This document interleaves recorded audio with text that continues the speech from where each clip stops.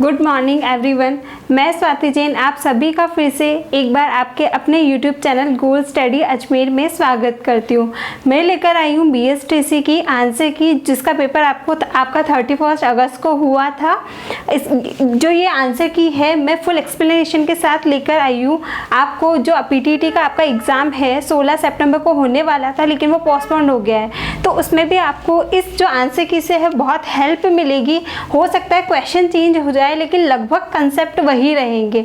इसके बाद आंसर की के बाद हम स्टार्ट करने जा रहे हैं PTT की एक सीरीज़ स्टार्ट करने जा रहे हैं, जो आपके एग्ज़ाम के पॉइंट ऑफ व्यू से जो भी इम्पोर्टेंट क्वेश्चन है वो हम यहाँ पर डिस्कस करेंगे। तो चलिए बिना टाइम वेस्ट करें हम ये जो हमारी BSTC की आंसर की है इंग्लिश की 20 क्वेश्चन आप लोगों के इंग्लिश में आए थे, उसको हम डिस्कस करते हैं। पहला क्वेश्चन है fill in the blank using correct word. आपको जो रिक्त स्थान है उसकी पूर्ति करनी है, करेक्ट वर्ड आपको इसमें फिल करना है।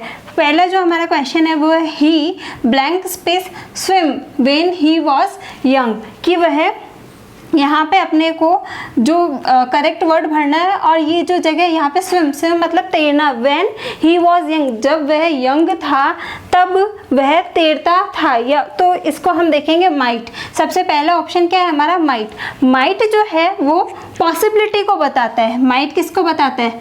पॉसिबिलिटी को। ठीक है, माइट पॉसिबिलिटी को बताता है। तो पॉसिबिलिटी जैसे यहाँ पे कोई सिचुएशन नहीं है, इसीलिए माइट हमारा रॉन्ग हो जाता है। नेक्स्ट चलते हैं वुड पे। वुड जो है वो हमारी पास्ट की हैबिट को, पास्ट की जो हैबिट है, पास्ट की हैबिट को एक्सप्रेस करने के लिए हम वुड का यूज़ करते हैं। थर्ड हमारा आता है कुड। कुड जो है, कुड का यूज़ हम एबिलिटी को शो करने के लिए करते हैं। कैन और कुड का यूज़ हम एबिलिटी को शो करने के लिए करते हैं। कैन का यूज़ हम प्रेजेंट टेंस में करते हैं, प्रेजेंट सिचुएशन में करते हैं, और कुड का जो यूज़ है हम पास्ट सिचुएशन में करते हैं। जो भी भूतकाल की जो बात है, जो वक्त बीत गया, उसके लिए हम किसका, जब हमें पास्ट की किसी एबिलिटी को शो करना होता है तो उसके लिए हम किसका यूज़ करते हैं? कुड का यूज़ करते हैं। और नन ऑफ दिस, तो नन ऑफ दिस तो हो ही नहीं सकता। तो हमारा राइट आंसर क्या है? कुड। राइट आंसर है हमारा कुड। तो he could swim when he was young, कि वह, ये उसकी एबिलिटी है। स्विम मतलब क्या होता है? तैरना। तैरना उसकी एबिलिटी है। जब वह यंग था तो वह तैर सकता था। ठीक है, जब वह यंग था तो वह तैर सकता था। नेक्स्ट क्वेश्चन है हमारा what she said agrees blank space what I have already heard. What I have already heard, कि जो उसने कहा what I have already heard, मैं उससे पहले, मैंने वो बात पहले ही सुन रखी है, तो अग्रीज। अच्छा, अब इसमें आपको क्या भरना है? प्रेपोजिशन। आपको क्या फिल करनी है? प्रेपोजिशन फिल करनी है। तो फर्स्ट ऑप्शन है हमारा फ्रॉम, सेकंड है विथ, थर्ड आता है ऑफ, और फोर्थ आता है एट। तो फ्रॉम, अग्रीज फ्रॉम, ऐसे तो ये अग्री है जो एक प्रपोजिशन है और एक फ्रेज भी है, तो फ्रॉम तो हमारा नहीं होगा। ठीक है, विथ थोड़ा सा एक बार देख लेते हैं, विथ को थोड़ा सा होल्ड पे रखते हैं। ऑफ नहीं होगा, और एट। बहुत सारे लोगों को विथ और एट में थोड़ा सा कंफ्यूजन है। कुछ जो लोग हैं उन्होंने विथ को राइट किया और कुछ लोगों ने एट को राइट किया। इसका हम थोड़ा सा कंसेप्ट समझ लेते हैं। प्रेपोजिशन में अग्री के दो कंसेप्ट है। एक, जब आप किसी व्यक्ति से सहमत होते हो तो हम लिखते हैं agree with someone. Agree with someone, जब हम किसी व्यक्ति से सहमत हैं, तो हम क्या लिखते हैं? Agree with someone. लेकिन जब आप किसी की बात से सहमत हो तो हम लिखेंगे agree at something. Agree at something, किसी बात से सहमत होना, किसी बात से सहमत होना। तो अग्री के दो कंसेप्ट है प्रेपोजिशन में, कि जब हम किसी व्यक्ति से सहमत होते हैं तो अग्री विथ समवन। लेकिन जब हम किसी बात से सहमत होते हैं तो क्या आता है, अग्री एट समथिंग। अब यहाँ पे ये बोल रहा है व्हाट शी सेड अग्रीज, जो उसने कहा मैं उस बात से सहमत था। बात से सहमत था मतलब हमारा राइट ऑप्शन क्या हो जाएगा, एट। तो हमारा राइट ऑप्शन विथ ना होकर सही ऑप्शन हमारा क्या हो जाएगा, एट। सही ऑप्शन हमारा एट हो जाएगा। What she said agrees at what I have already heard, what I have already heard. Third question है हमारा चूज द करेक्ट सिनोनिम, मतलब कि हमें समानार्थी शब्द को चूज करना है। अबैंडन, अब अबैंडन का मतलब क्या होता है, छोड़ना, छोड़ना, त्यागना, छोड़ना या त्यागना या परित्याग करना, किसी भी चीज को छोड़ना या त्यागना या फिर क्या है, परित्याग करना। अब फर्स्ट ऑप्शन है हमारा फोरसेक, फर्स्ट ऑप्शन है हमारा फोरसेक। फोरसेक का मतलब भी होता है छोड़ना, फोरसेक का मतलब भी क्या होता है, छोड़ना। नेक्स्ट आता है हमारा रिसीव, रिसीव का मतलब क्या होता है, प्राप्त करना, रिसीव का मतलब होता है प्राप्त करना। गिफ्ट का मतलब होता है उपहार, गिफ्ट का मतलब क्या हो गया, उपहार। और ग्रीव का मतलब होता है दुख, ग्रीव का मतलब क्या हो गया, दुख। तो हमारा राइट ऑप्शन कौन सा हो गया, फोरसेक, क्योंकि हमें सिनोनिम चूज करना है। तो हमारा राइट ऑप्शन क्या हो गया, ए, फोरसेक। अबैंडन का सिनोनिम क्या हो गया, फोरसेक। नेक्स्ट क्वेश्चन है हमारा choose one word for the following phrase. ये आपको एक फ्रेज दे रखी है और इसमें से आपको right option one word pick करना है। तो क्या है phrase, someone appointed by two parties to settle a dispute, कि समवन किसी व्यक्ति को अपॉइंट किया गया है टू पार्टीज के बीच में जो भी डिस्प्यूट हुआ है, जो भी झगड़ा हुआ है, उसको क्या सेटल करने के लिए एक व्यक्ति को अपॉइंट किया गया है। दो पार्टीज के बीच में कोई डिस्प्यूट हो गया है, कोई लड़ाई हो गई है, उस झगड़े को सेटल डाउन करने के लिए एक व्यक्ति को अपॉइंट किया गया है। अब इसमें भी बच्चों को बहुत कंफ्यूजन रहा, स्टूडेंट्स को बहुत कंफ्यूजन रहा, क्योंकि जो ये ऑप्शंस है वो काफ़ी करीबी है, बहुत माइनर सा डिफरेंस है इन ऑप्शंस में। तो एक बार हम ऑप्शन देख लेते हैं। बहुत सारे, ये आर्बिटर, आर्बिटर का मतलब होता है जो दो व्यक्ति के बीच में जो भी डिस्प्यूट हुआ है उसको जो सेटल डाउन करवाता होता है उसको बोलते हैं आर्बिटर। अब मीडिएटर, मीडिएटर का मतलब भी यही होता है कि दो पार्टीज के बीच में जो डिस्प्यूट हुआ है, जो लड़ाई झगड़ा हुआ है, उसको जो उसको सेट करवाता है, जो उनके बीच में समझौता करवाता है, उसको भी मीडिएटर कहते हैं। मिडिलमैन नहीं होगा और नेगोशिएटर भी नहीं होगा। अब जो कंफ्यूजन है हमारा किस में है, आर्बिटर और मीडिएटर में, आर्बिटर और मीडिएटर में। इसमें एक छोटा सा डिफरेंस है। मीडिएटर क्या होता है, मीडिएटर तो वो होता है जैसे आपने दो पार्टीज के बीच में कोई झगड़ा हुआ, एक व्यक्ति आया और उसने समझौता करवाने की कोशिश करी। अब हो सकता है वो पार्टीज उस समझौते को माने भी और हो सकता है नहीं भी माने, तो वो क्या है भाई, इसमें हमारा ज़रूरी नहीं है 100% समझौता होगा ही होगा। जबकि आर्बिटर जो है, आर्बिटर में क्या होगा कि 100% समझौता होगा ही होगा, चाहे पार्टीज उस बात को माने चाहे ना माने, लेकिन समझौता होगा। क्योंकि यहाँ पे हमें ये वर्ड दे दिया सेटल, अगर ये सेटल नहीं होता तो फिर हमारा आंसर मीडिएटर हो सकता था। अगर ये सेटल यहाँ पे ये नहीं लिखा हुआ होता तो फिर हमारा आंसर क्या, मीडिएटर हो सकता था। लेकिन यहाँ पे क्या सेटल लिखा हुआ है कि मतलब 100% समझौता तो होगा ही, तो उसके लिए हमारा राइट आंसर आर्बिटर होगा। राइट आंसर क्या होगा हमारा, आर्बिटर। स्क्रीनशॉट ले लो एक बार इसका। अब हम चलते हैं आज के हमारे अगले क्वेश्चन की तरफ। क्या है कि change the following into indirect speech, change the following into indirect speech. ये आपको डायरेक्ट स्पीच दे रखा है, आपको इसको इनडायरेक्ट स्पीच में कन्वर्ट करना है। तो सबसे पहले हम इसमें एलिमिनेशन मेथड देखते हैं कि हम बाय ऑप्शन किसी भी क्वेश्चन को कैसे करते हैं। तो एलिमिनेशन मेथड क्या है, she said my father will help me. तो सबसे पहले she said that, connective words यहाँ तक पूरा सेम है, इसमें भी शी सेड दैट है, इसमें भी शी सेड दैट है, इसमें भी है और इसमें भी है। तो यहाँ तक तो हमारा कोई भी ऑप्शन एलिमिनेट अभी नहीं हुआ है। फिर आता है कि my father will help me, my father will help me. तो हमें इसमें इसको पास्ट में कन्वर्ट करना होगा, तो जहाँ जहाँ पे भी विल, ये ऑप्शन हमारा गलत हो गया, ठीक है, एलिमिनेट हो गया, और ये ऑप्शन हमारा एलिमिनेट हो गया। दो ऑप्शन हमारे एलिमिनेट हो गए। अब बचा क्या, एक तो बी बचा है और एक डी बचा है, एक तो बी बचा है और एक डी बचा है। अब देखो माई फादर, तो माई सब्जेक्ट क्या है, सी, इसके शी, इसके अकॉर्डिंग माई क्या बन जाएगा, सब्जेक्ट है शी, इसके अकॉर्डिंग माई क्या बन जाएगा, हर, माई क्या बन जाएगा, हर बन जाएगा। अब देखते हैं दोनों ऑप्शन में, she said that her father would help her, और इसमें देखते हैं she said that my father would help her. तो क्या यहाँ पे माई है और यहाँ पे क्या है, हर है, तो हमारा राइट ऑप्शन कौन सा होता है, सेकेंड, बी, कि she said that her father would help her, her father would help her. कितनी बार एग्जाम में ऐसा होता है कि हम कोई भी रूल भूल जाते हैं, कोई भी मेथड भूल जाते हैं, तो हम उस क्वेश्चन को एलिमिनेशन मेथड से भी काफ़ी हद तक उस क्वेश्चन तक के सही आंसर तक हम पहुंच सकते हैं। नेक्स्ट जो हमारा है 156, चूज द करेक्ट आर्टिकल। आपको करेक्ट आर्टिकल इसमें चूज करना है। क्वेश्चन क्या है, Edward said he is blank space European, ये क्या आ रहा है, यूरोपियन, यूरोपियन, ठीक है।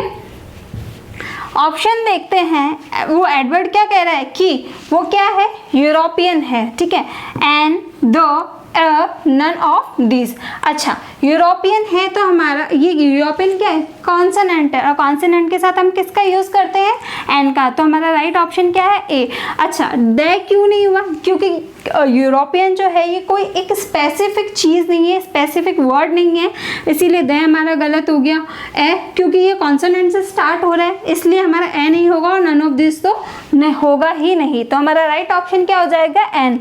Edward said he is an European, he is an European. Next हमारा क्वेश्चन है, choose the correct spelled word. आपको करेक्ट स्पेलिंग चूज करनी है, वोकेबलरी का ये पार्ट है आपका। तो इसमें आता है PERCEIVE, नेक्स्ट है PARCEIVEC,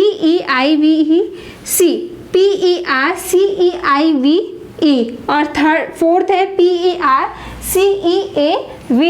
तो राइट जो ऑप्शन है, राइट जो स्पेलिंग है इसका है ए, PERCEIVE।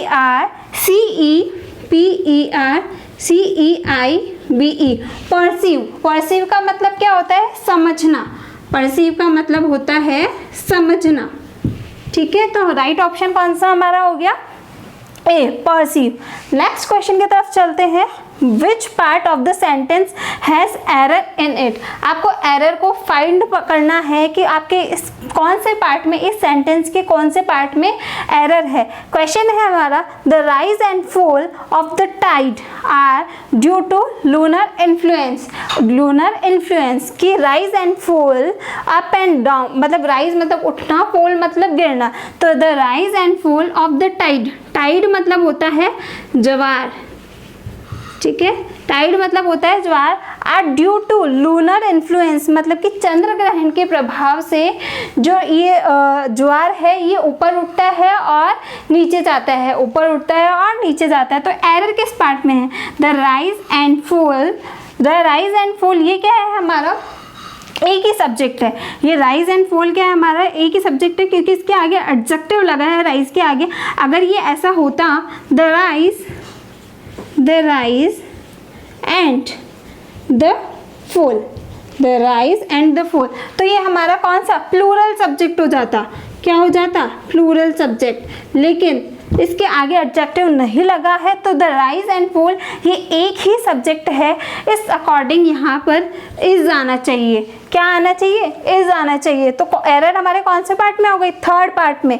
तो एरर है हमारा राइट ऑप्शन है आर ड्यू, यहाँ पे होगा इज ड्यू, क्या होगा, is due. The rise and fall of the tide is due to lunar influence, is due to lunar influence. अगर राइज एंड द फॉल होता तो आर जो है हमारा ऑप्शन सही था, लेकिन यहाँ पे द राइज एंड फॉल ये हमारा एक ही सब्जेक्ट है, इसीलिए यहाँ पे क्या हो गया, आर की जगह इज हो गया। एक बार इसका स्क्रीनशॉट ले लो। आप लोग अब चलते हैं हम नेक्स्ट क्वेश्चन की तरफ। आज का हमारा नेक्स्ट क्वेश्चन है 159, choose the correct antonym for the word malice. अब करेक्ट एंटोनिम यानी कि विलोम शब्द, आपको विपरीतार्थक शब्द आपको चूज करना है मैलिस का। सबसे पहले मैलिस का मतलब क्या होता है? किसी के प्रति द्वेष भावना रखना, किसी के प्रति द्वेष भावना रखना। ठीक है, मैलिस का मतलब क्या हो गया? किसी के प्रति द्वेष भावना रखना। MAL ये एक रूट वर्ड है। MAL एक रूट वर्ड है जिसका रिलेशन ही बुरा, जो भी ये MAL जिसके भी आगे या पीछे या बीच में आएगा, उसका जो शब्द का जो रिलेशन होगा, उसका शब्द का संबंध होगा, वो बुराई से होगा। तो माल मतलब होता है मैल या माल जो भी है, इसका कोई रूट वर्ड का कोई प्रोनाउंसिएशन नहीं होता है। तो MAL मतलब बुरा। तो मैलिस मतलब क्या हो गया? किसी के प्रति द्वेष भावना रखना। अब जो ये ऑनर, फर्स्ट हमारा ऑप्शन है ऑनर। ऑनर मीन्स होता है सम्मान। ऑनर मीन्स होता है सम्मान। एस्टेसी का मतलब होता है परम आनंद, परमानंद या परमानंद, परमानंद या फिर परम आनंद। गुडविल का मतलब होता है किसी के प्रति अच्छी भावना रखना या फिर ख्याति, किसी के प्रति अच्छी भावना रखना या फिर गुडविल मीन्स होता है ख्याति। गुडविल मीन्स क्या होता है? ख्याति। हैप्पीनेस मतलब होता है खुशी। हैप्पीनेस मतलब क्या हो गया? खुशी। तो राइट ऑप्शन हमारा जो है वो रहेगा सी। राइट ऑप्शन हमारा सी रहेगा। इस क्वेश्चन में थोड़ा सा कंफ्यूजन है, सी और डी दोनों में से कोई एक है, लेकिन लगभग जो क्वेश्चन आंसर है इसका सी ही रहेगा। गुडविल, किसी के प्रति अच्छी भावना रखना। अब आगे चलते हैं। 160 क्वेश्चन है हमारा। An average cow, blank space है 1400 पाउंड्स। एक जो एवरेज काऊ होती है, एक जो नॉर्मल गाय होती है, उसका कितना वेट होता है? 1400 पाउंड्स। 1400 पाउंड्स। अब जो ये सेंटेंस है ये कौन से टेंस में है? सबसे पहले हमें ये आइडेंटिफाई करना है कि ये जो हमारा सेंटेंस है जो ये कौन से टेंस में है। कि एक नॉर्मल सी बात कही जा रही है कि भाई जो एक नॉर्मल जो काऊ होती है, एक जनरल जो गाय होती है, वो कितने पाउंड की होती है? 1400 की होती है। तो अब समझ में आ रहा है कि ये कौन सा टेंस है? ये होता है हमारा present tense, present simple tense है। जब भी हमें कोई बात सामान्य तौर पर कहते हैं हम, तो उसमें कौन सा टेंस कौन सा यूज होता है? Present simple tense, present simple tense.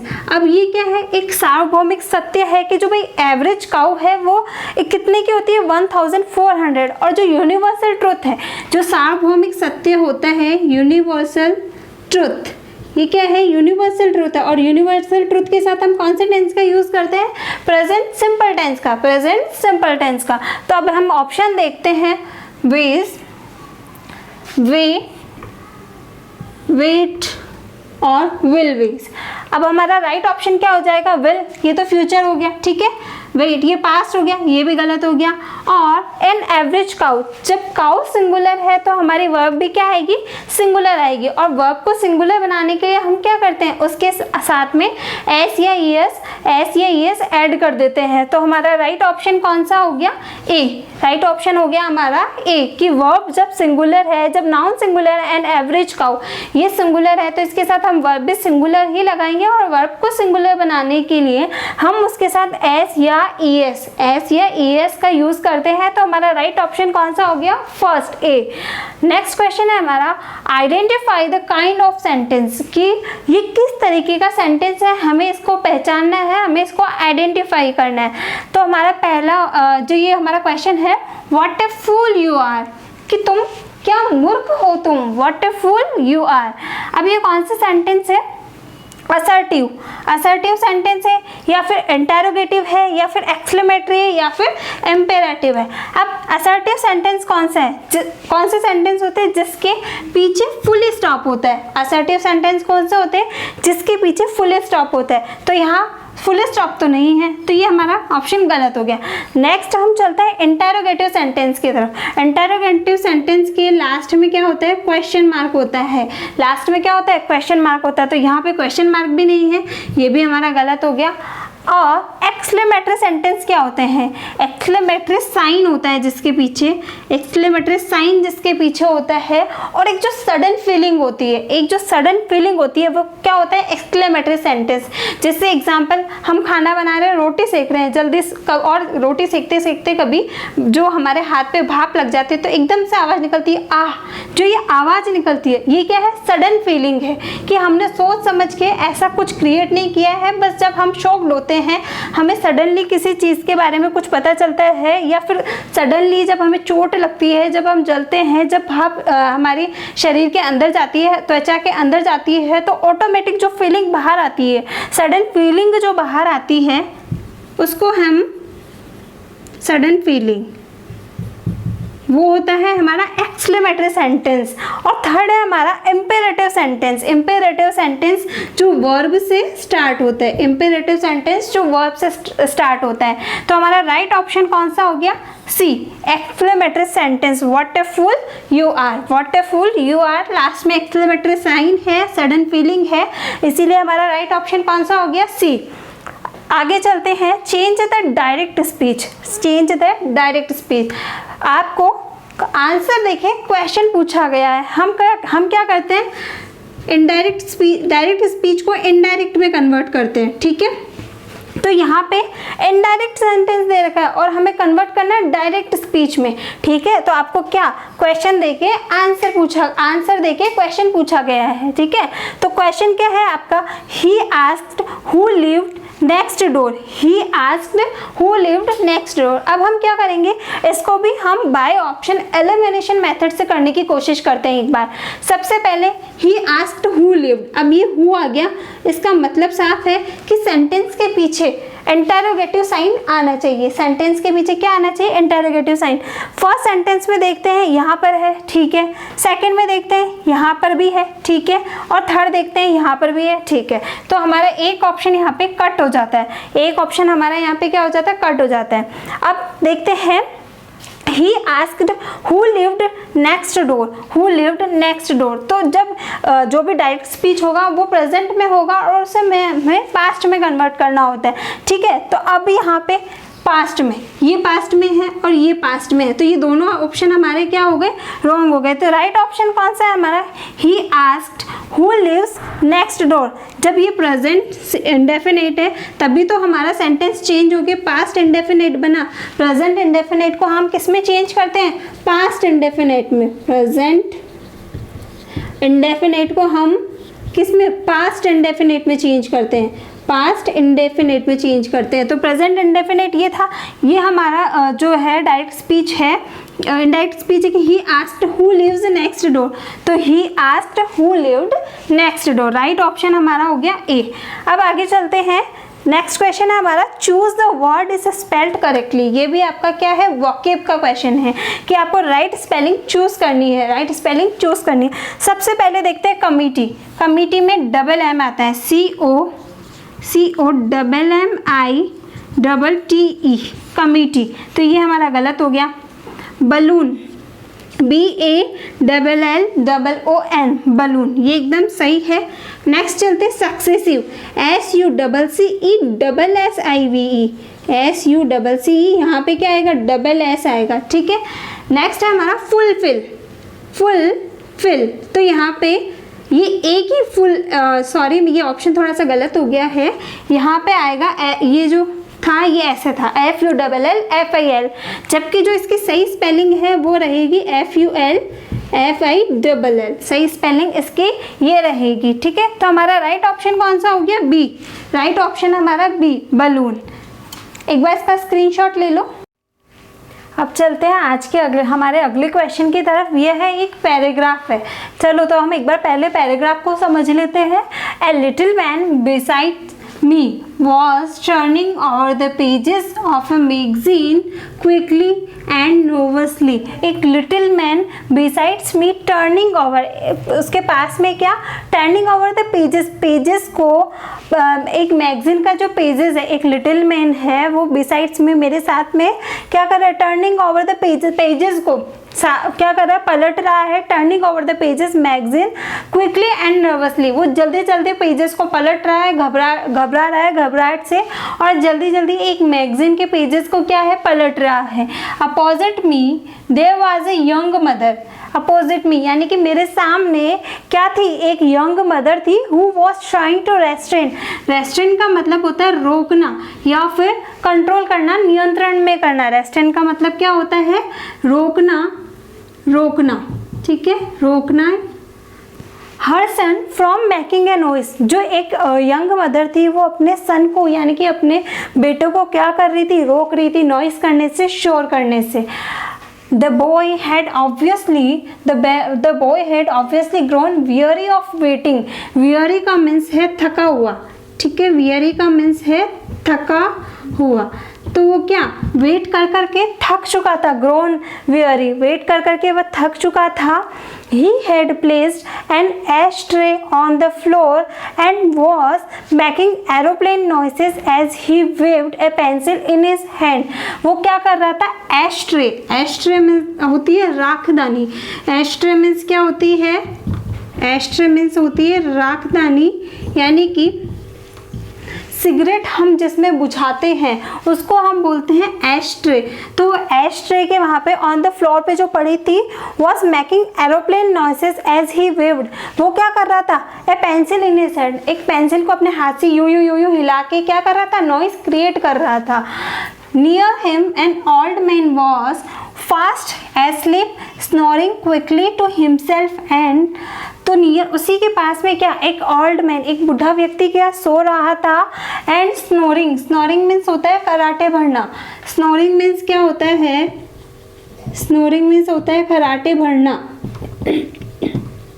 Karate भरना, तो वो उसके पास में सो रहा था और क्या क्विकली कराटे भर रहा था to himself, and the boy's mother was afraid that sooner or later her son would wake the gentleman, उसकी जो लड़के की जो माँ थी क्या वो क्या डर रही थी कि ये कभी ना कभी अभी थोड़ी देर में क्या, सूनर और लेटर, थोड़ी देर में जो ये जो जेंटलमैन सो रहा है, जो बूढ़ा व्यक्ति सो रहा है उसको उठा देगा, उसको क्या कर देगा, उठा देगा। अब हम चलते हैं हमारे क्वेश्चंस की तरफ। क्वेश्चन क्या है, what was the old man doing, old man क्या कर रहा था, ओल्ड मैन क्या कर रहा था, यहाँ पे near him an old man was fast asleep, क्या कर रहा था, ओल्ड मैन क्या कर रहा था, सो रहा था, कराटे भर रहा था। ऑप्शन देखते हैं, sleeping, looking at the child, eating और रीडिंग मैगजीन। देखो रीडिंग मैगजीन वो न्यूज़पेपर तो पढ़ नहीं रहा था, ठीक है, कोई पत्रिका मैगजीन तो वो पढ़ नहीं रहा था, खाना भी वो नहीं खा रहा था। लुकिंग एट द चाइल्ड, वो सो रहा था, तो लुकिंग एट द चाइल्ड बच्चे को कैसे देखेगा, तो हमारा राइट ऑप्शन क्या हो जाता है, स्लीपिंग, कि वह सो रहा था। अगला क्वेश्चन है, what is meant by restrain in the passage. Restrain का मतलब मैंने बताया नियंत्रण करना या रोकना, रोकना या नियंत्रण करना, नियंत्रण करना। ऑप्शन देखते हैं, कंट्रोल, एनकरेज, इरे, रिब्यूक। कंट्रोल का मतलब हो गया नियंत्रण करना, कंट्रोल का मतलब हो गया नियंत्रण करना। एनकरेज का मतलब क्या होता है, प्रोत्साहित करना, एनकरेज का मतलब क्या हो जाता है, प्रोत्साहित करना, प्रोत्साहित करना। इरे का मतलब क्या हो गया, गुस्सा, इरे का मतलब हो गया गुस्सा। और रिब्यूक का मतलब क्या हो गया, डांटना, रिब्यूक का मतलब क्या हो गया, डांटना। तो हमारा राइट ऑप्शन कौन सा है, ए, कंट्रोल करना। रेस्ट्रेन का मतलब क्या होता है, कंट्रोल करना। वो जो उसकी माँ थी वो अपने बच्चे को नॉइस करने से क्या रेस्ट्रेन कर रही थी, रोक रही थी, कंट्रोल कर रही थी। अगला क्वेश्चन है, the person who was least disturbed was the, वो इन सब the person who was list disturb, इनमें सबसे लिस्ट सबसे कम डिस्टर्ब कौन था, इन सब में सबसे कम डिस्टर्ब कौन था। पहला है ऑब्जर्वर, सेकंड है सन, थर्ड है ओल्ड मैन और फोर्थ है लिटिल मैन। तो सन, वो तो खुद ही नॉइस क्रिएट कर रहा था, वो तो खुद डिस्टर्ब कर रहा था, तो वो लिस्ट डिस्टर्ब कैसे होगा? तो बी हमारा गलत हो जाता है। C old man, old man सो रहा था लेकिन उसकी माँ डर रही थी कि वो सूनर और लेटर उसका जो बेटा है वो उसको उठा ना दे। थर्ड होता है लिटिल मैन, लिटिल मैन भी नहीं था। और है ऑब्जर्वर। अब जो कंफ्यूजन है इस क्वेश्चन में, या तो है ऑब्जर्वर या फिर है ओल्ड मैन, क्योंकि ओल्ड मैन सो रहा था तो हो सकता है वो भी इसमें कम डिस्टर्ब हुआ हो, और जो ऑब्जर्वर है जो इन सब चीज़ों को देख रहा था वो भी, क्योंकि वो सारी चीज़ों को देख रहा था तो हो सकता है वो भी कम डिस्टर्ब हुआ हो। तो इस क्वेश्चन में थोड़ा सा कंफ्यूजन है कि इसका आंसर ऑब्जर्वर है या फिर ओल्ड मैन है, ऑब्जर्वर है या फिर ओल्ड मैन है। नेक्स्ट जो हमारा क्वेश्चन है, the noise was made by, the noise was made by, जो नॉइस जो शोर हो रहा था वो किसके द्वारा हो रहा था? The old man, the aeroplane, the little man, the boy. The old man, old man तो क्या कर रहा था? सो रहा था, ठीक है। ओल्ड मैन नॉइस कहाँ से करेगा? ओल्ड मैन तो सो रहा था। नेक्स्ट है द एरोप्लेन, एरोप्लेन भी नहीं है। The little man, little man भी नहीं है। और राइट ऑप्शन है हमारा द बॉय, बॉय जो लड़का था वही तो नॉइस क्रिएट कर रहा था। जो एश ट्रे है उसमें वो अपनी पेंसिल को यूं यूं वेव कर रहा था, हिला रहा था, तो उससे क्या हो रहा था? नॉइस हो रहा था, ठीक है। तो हमारा राइट ऑप्शन कौन सा हो गया? Option number 4 D, the boy. एक बार इसका स्क्रीनशॉट ले लो। अब हम चलते हैं हमारे अगले क्वेश्चन की तरफ। अगला क्वेश्चन है, the factor common to all the people, the factor common to all the people was that they were all. जो इन सब में, जो ये ऑब्जर्वर था, जो ये लिटिल मैन था, जो ये ओल्ड मैन था, यंग मदर थी और जो ये लिटिल बॉय था, इन सब में कॉमन फैक्टर क्या था? कॉमन फैक्टर क्या था? वॉचिंग ए फिल्म। क्या वो सब मूवी देख रहे थे? नहीं, तो ये हमारा गलत हो गया। Waiting for something, looking at the boys playfulness. क्या सब बॉय की जो ये लड़का शरारतें कर रहा था, जो भी कर रहा था, उसको देख रहे थे क्या? नहीं, क्योंकि ओल्ड मैन तो सो रहा था, यंग मदर उसको रोक रही थी, और जो ये लिटिल मैन जो है वो मैगजीन के पन्नों को क्या जल्दी से और घबराहट से पलट रहा था। तो सी भी हमारा गलत हो गया। रीडिंग मैगजीन, वो सब मैगजीन पढ़ रहे थे क्या? नहीं पढ़ रहे थे। तो हमारा राइट ऑप्शन कौन सा आता है? बी, वेटिंग फॉर समथिंग, कि सब जो है उनमें कॉमन चीज़ क्या थी? कि वो किसी चीज़ का वेट कर रहे थे, वेटिंग फॉर समथिंग। तो राइट ऑप्शन हमारा हो जाता है बी।